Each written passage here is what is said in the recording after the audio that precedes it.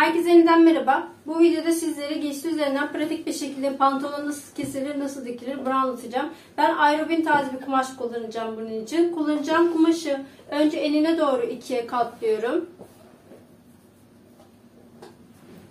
Daha sonra tekrardan enine doğru ikiye katlayıp toplamda 4 kat kumaş elde etmiş oluyorum.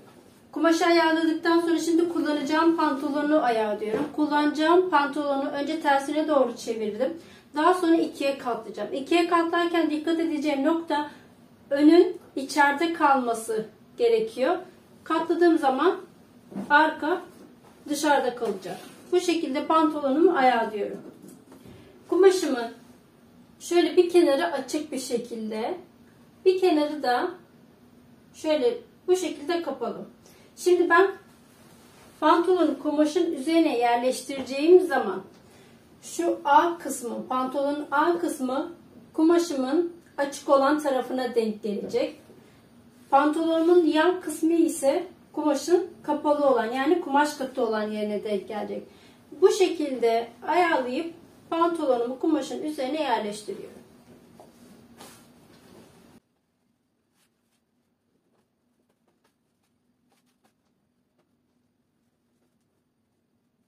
Pantolonu kumaşın üzerine yerleştirip düzgün bir şekilde ayarladıktan sonra şimdi biz bu pantolonu lastikli çalışacağımız için kesimden önce lastiği de ayarlamamız gerekiyor. Kullanacağım lastiği pantolonun en sivri kısmına denk gelecek şekilde yerleştiriyorum. Daha sonra bu pantolon belinize tam oturan bir pantolon olduğu için ve ben lastik kullanacağım için birazcık lastik için bolluk payı vermek istiyorum. Siz dilerseniz yine belinize tam otursun istiyorsanız pantolonu birebir kesebilirsiniz. Dilerseniz de yine benim gibi biraz bol, rahat olsun istiyorsanız birazcık bolluk payı verebilirsiniz. Ne kadar bolluk payı vermek istiyorsam lastiği ona göre biraz şöyle ileriye doğru itiyorum. Benim için bu kadar yeterli. Bu şekilde bolluk payını ayarladıktan sonra şimdi lastiğimin bittiği yeri ve ağı birleştireceğim. 1 santim dikiş payı vererek ağı çiziyorum. Ve bolluk payının bittiği noktaya doğru yukarıya doğru çıkıyorum. Ağı bu şekilde ayarladım. Daha sonra lastiğin üst kısmına da 1 santim dikiş payı vereceğim. Daha sonra pantolonun iç kısmına da 1 santim dikiş payı veriyorum.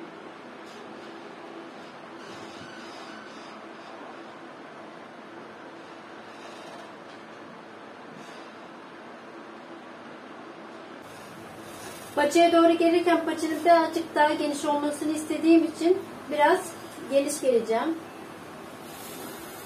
Biraz daha fazla pay veriyorum bu kısma. Bu şekilde. Daha sonra da paça kısmına yine 2-2,5-3 santim kadar kenar kıvırma payı vereceğim.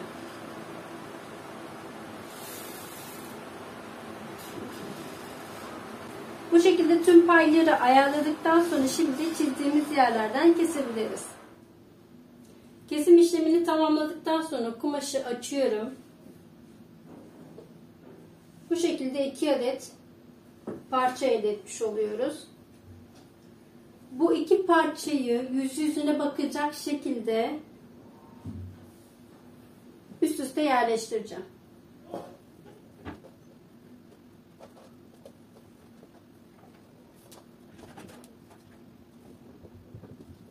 İki kumaşı da yüz yüzüne bakacak şekilde üst üste düzgün bir şekilde yerleştirip düzelttikten sonra şimdi biz pantolonu keserken ne yapmıştık? Arkaya göre kesmiştik. Arka ağa göre kesmiştik.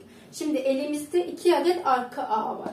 Bizim bunlardan bir tanesini ön ağa çevirmemiz gerekiyor. Ön ağa çevirmek için yapacağım ilk işlem 2 ağdan bir tanesini, sağ ya da sol fark etmez, bir tanesini seçiyorum. Seçtiğim ağın tepe kısmından aşağıya doğru 5 santim iniyorum. İşaret alıyorum.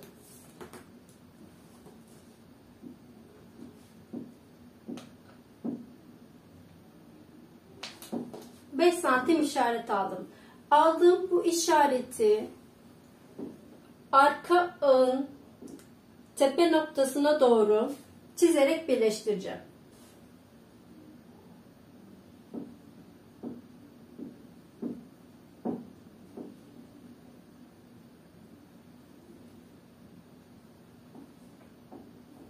Çizdiğim yeri kesiyorum.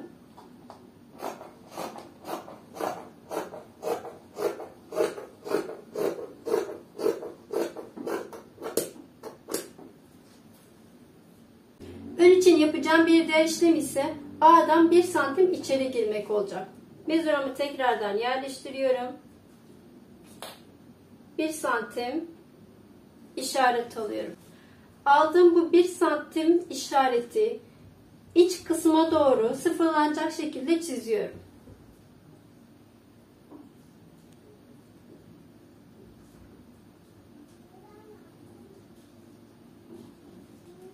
Çizdiğim bu yeri de kesiyorum.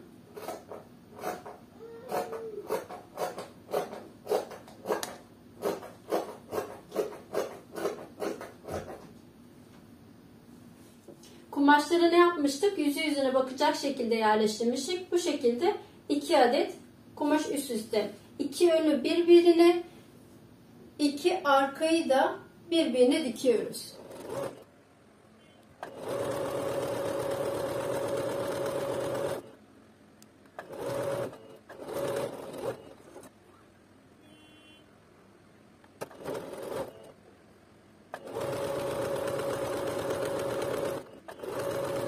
Ön ve arkaları diktikten sonra pantolonumuzu bu şekilde düzeltip pantolonun iç kısmını dikiyoruz.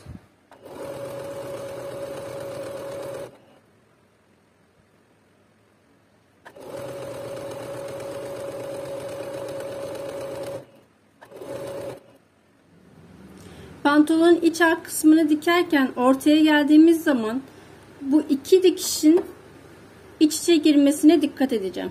Dikişlerin kaymamasına özen göstereceğim.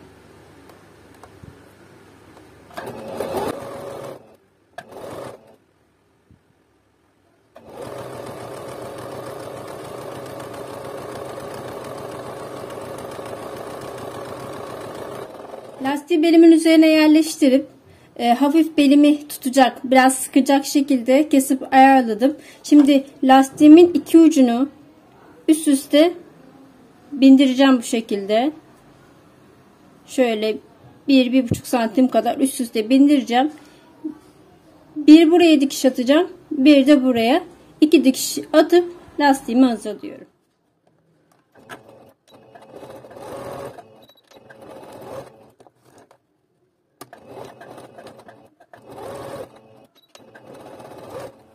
Şimdi lastiği bedene montelemeden önce lastiğe ve bedene işaret koyacağım. Bu işaretler ne için? Dikim esnasında lastiğin bedene eşit bir şekilde dağılabilmesi için.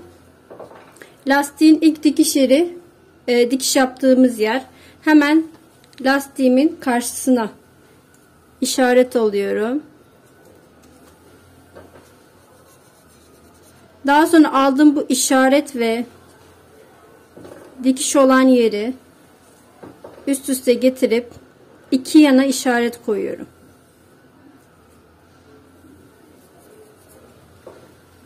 Tekrar orta ve dikişli yeri üst üste getirip yan kısmıma işaret koyuyorum. Böylelikle lastiğin dört bir tarafını işaretlemiş oldum. Şimdi bedeni işaretleyeceğim. Bedenin zaten ön ve arka kısmında iki dikiş olduğu için sadece yanlara işaret atacağım. Bunun için iki dikişi üst üste getiriyorum. Ve yan kısma bir işaret atıyorum, pardon. Tekrar iki dikişi üst üste getiriyorum ve diğer yan kısma da bir işaret atıyorum. Bu şekilde işaretleri attıktan sonra dikim esnasında lastiğimi yerleştirip diktiğim zaman beden ve lastik işaretlerinin üst üste gelmesine dikkat ederek lastiği bedene monteleyeceğim. Ayağın altına pantolonun arkasını yerleştirdim. Arka A dikişi yaptığımız yeri yerleştirdim. Şimdi lastiğimizin de dikişli yerini bu arka ağın üzerine yerleştiriyorum. Makinemi de zikzak ayarına aldım. Lastiğin üzerindeki işareti kumaşın üzerindeki işaretin üzerine yerleştirip lastiği kendime doğru çekip dikiyorum.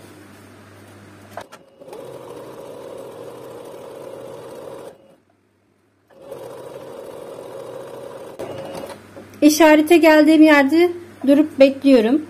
Tekrardan işaretli yeri bu sefer ön A dikişine geldim. Bu işaretli yeri ön A dikişinin üzerine yerleştirip tekrardan kumaşı çekiyorum. Hiç bırakmadan tekrardan dikiyorum.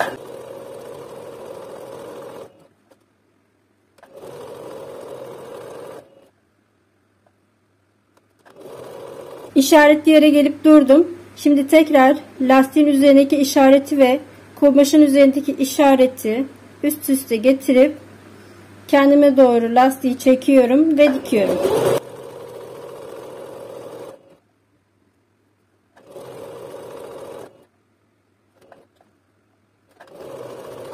Artık işaretler bitti. Dikimin son kısmına geliyorum. Dikişin başlangıç noktası tutup kendime doğru çekip kalan dikişi de tamamlıyorum.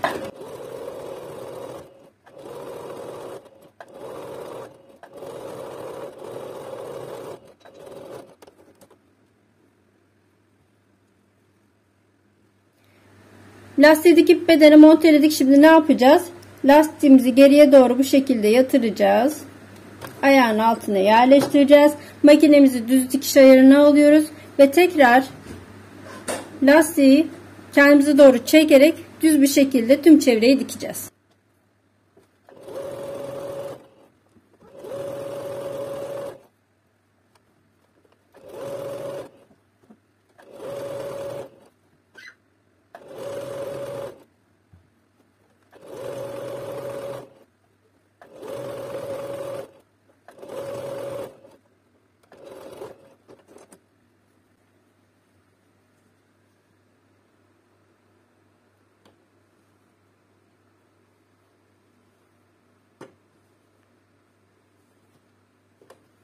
Paça kenar kıvırmaya geçiyorum. Kumaşımı yarım santim katlıyorum. Ne kadar dikiş payı verdiysem 2-2,5-3 santim. Ne kadar genişlikte pay verdiysem ona göre tekrardan kumaşımı katlıyorum bu şekilde. Ve paçanın tüm çevresini dikiyorum.